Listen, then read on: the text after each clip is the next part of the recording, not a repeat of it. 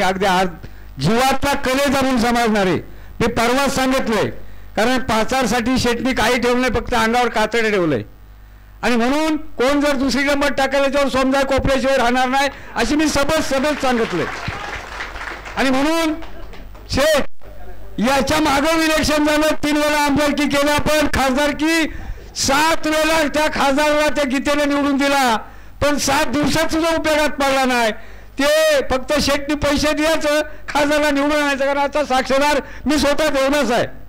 आणि म्हणून मी जास्त वेळ नाही घेत, फक्त एकच सांगतो, या 5 ग्रामपंचायतीमध्ये आम्ही जे काम करतोय शेठ, आम्ही नाही करत. तुम्ही पेरलंय, जे पेरलंय तेच रुजणार. त्यात कोळंबर जर पेरला असं तर खेळ निभावणार नाही. 101% या 5 ग्रामपंचायतीमध्ये तुम्हाला लीड. या कधी कुणाला झालं नाही. कारण आता मी चटका दिला, आजच एक चटका दिलाय की जो जावाय गेला तो खाली झोंबतच राहिला. आणि असा समोरला चटका द्यायचा आहे की त्याला झोंबला पाहिजे, असा निर्णय आम्ही केलेला आहे. यासाठी मी तुम्ही कुठल्याही परिस्थितीत एकाही मतदारांनी महिलांनी कुणाचं नाही ऐकता कुणाच्याही थापाला पडायचं नाही. जर का आपल्या घरात आलं सरळ सांगायचं, ए बाबा माझ्या घराला कुणाचं चिन्ह आहे बघ, हा माझा फोटो कुणाचा आहे बघ, तुम्हाला घरात चिरायचा येतोस कशाला, अजिबात कुणी धारा देऊ नये अशी मी विनंती करतो.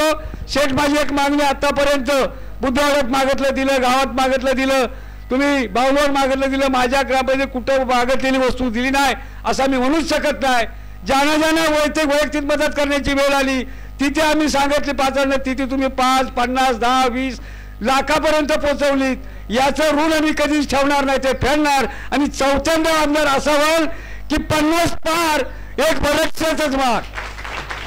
माझी दुसरी एक विनंती अशी, हे मागून सगळं माझं झालं, परंतु इलेक्शन झाल्यानंतर आमची एक 5-8 ग्रामस्थांची तुमच्याकडे विनंती आहे की डिप्युटीमध्ये जो आपण एका राजू खातूला शब्द दिलाय तो पुरा करावा. एवढंच बोलतो आणि इथंच थांबतो. जय हिंद, जय महाराष्ट्र.